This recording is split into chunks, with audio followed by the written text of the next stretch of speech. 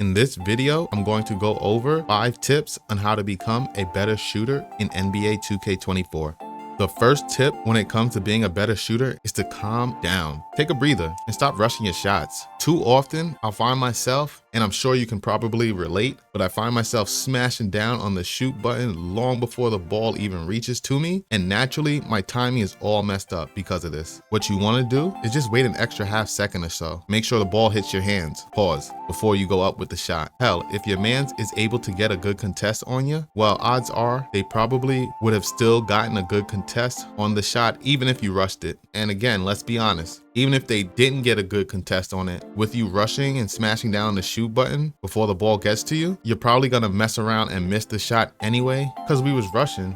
Also, when it comes to catch and shoot, depending on the situation, if you go into your shooting animation too quickly, it'll give you a moving shot, which is most definitely the last thing we want when we're attempting to time our regular jump shots. So again, to avoid getting a moving shot animation or overtiming your jump shot, all you gotta do is take a second once you get the ball, ensure your feet are set, and then proceed to shoot.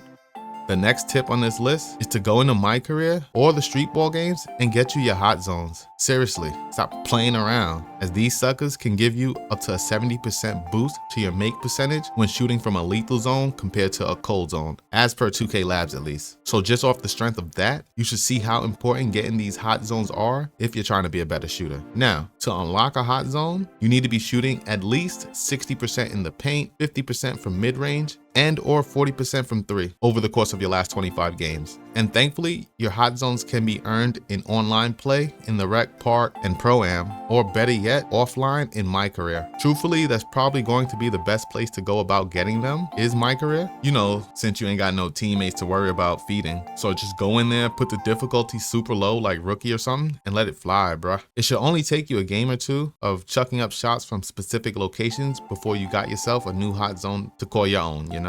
And then from there, once per week, you can go over to the Art of Shooting facility in order to bump up one of your zones a level. Ideally, of course, you're going to want to make sure that you're taking a hot zone to a lethal zone, as the Art of Shooting facility is the only way of getting a lethal zone. And again, the boost you get from these hot and lethal zones is super invaluable. And I mean, they're so easy to get back if you lose them, so why not? And then lastly, before we move on to the next tip, I do need to say this. Once you do have your hot zones, try your best to be setting up and shooting from these spots. Again, 70% boost.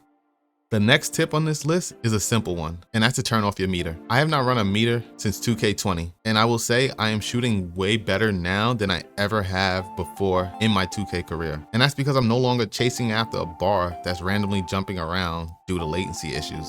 Now I'm using my cues more so to help me time my jump shot, and a little bit of muscle memory here and there.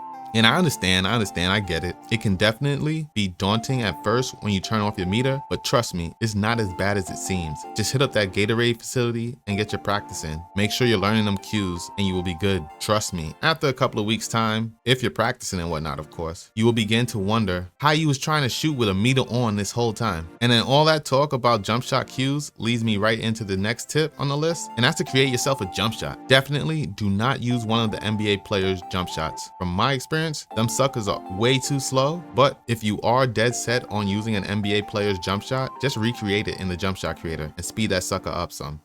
But ideally, you want to be creating your own fully customized jump shot with special emphasis on your cue so that it can be exactly where you want it to be at. Because ideally here, the key is making sure that the cue or tell is one that you can easily identify. You know, if it's the top of the jump, or maybe it's when the arms are bent, or perhaps when the ball gets to the forehead. Whatever type of cue you end up going for, again, just make sure that it's easily identifiable. The next tip is going to be to pick a jump shot and stick with it for at least a week or two, ideally a month. Especially if you're just starting out with no meter, you have got to give yourself some time to get accustomed to the new jump shot. For some, it'll come instantly, and for others, it may take a few days before you're able to master the timing on said jump shot. I can't tell you how many of my boys I've seen switching between this jump shot, that jump shot, just because some YouTuber told them it's barbecue chicken.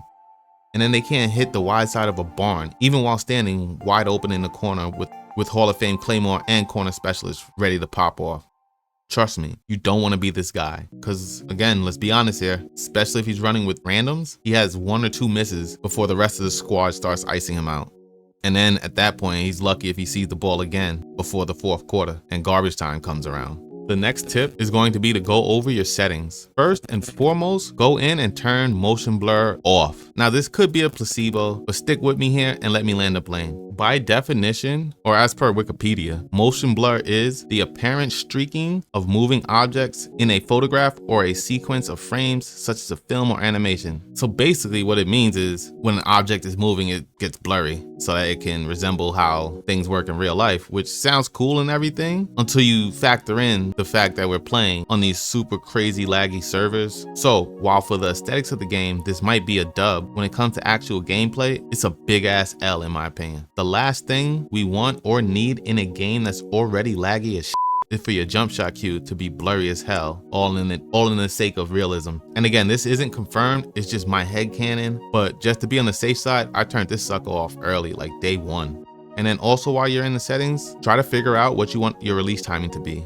They were moved very early, late, and very late, and pretty much just replaced them with set, jump, push, and release respectively. Me personally, I ran late last year in 2K23, so in 2K24, I'm just put it on push, and while it's not exactly the same one-to-one, I find that I'm able to hit more shots using push. But to each their own, everybody's different. Just play around with them and see which one you like, or you can do like me and just go with what you went with from last year. Now, before I get out of here, I have got to give this bonus tip, because without this, everything else on this list is null and void. This is honestly the most important tip on this list. Again, I have to say that, and that's to practice. Yeah, you can have a sweet jump shot that's 2K Lab certified greatness, but if you don't get out here in the Gatorade gym and practice your jump shots and get that timing down, you will never truly awaken your full potential. With the suspect servers and the jump shot timing feeling like it changes every single day, if you really want to be Chef Curry with the shot, this tip right here is going to be unavoidable. Sure, without practice, you can be decent. You can be a decent shooter, don't get me wrong, but just imagine how much better you would be if you practice. I'm just saying, you know? And then you don't have to get crazy like me, because I be practicing sometimes for 30 to an hour just because I